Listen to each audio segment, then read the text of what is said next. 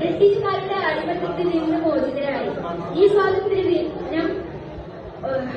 സ്വാതന്ത്ര്യം അനവധി സ്വാതന്ത്ര്യ സേനാനികളുടെ ധൈര്യവും ത്യാഗവും കൊണ്ട് ലഭിച്ചതാണ്. മഹാത്മാഗാന്ധിയുടെ അഹിംസ, ഭഗത് സിംഗിന്റെ ധൈര്യം, സുഭാഷ് ചന്ദ്രബോസിന്റെ നേതൃശക്തി ഇവയാണ് ഇന്നത്തെ ഇന്ത്യയുടെ അടിത്തറ. നമ്മുടെ പതാകയിലെ 3 നിറവും ചക്രവും നമ്മെ ഐക്യം, സമാധാനം, ധൈര്യം, പുരോഗതി എന്നിവ ഓർമ്മപ്പെടുത്തുന്നു. സ്വാതന്ത്ര്യം നേടിയതുപോലെ അതിനെ സംരക്ഷിക്കുകയും നമ്മുടെ രാജ്യം മുന്നോട്ട് കൊണ്ടുപോകുകയും നമ്മുടെ കടമയാണ്.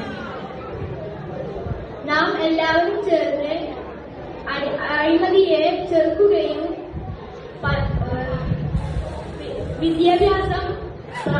വിദ്യാഭ്യാസം പ്രധാനമാക്കുകയും പരസ്പരം സഹോദരങ്ങൾ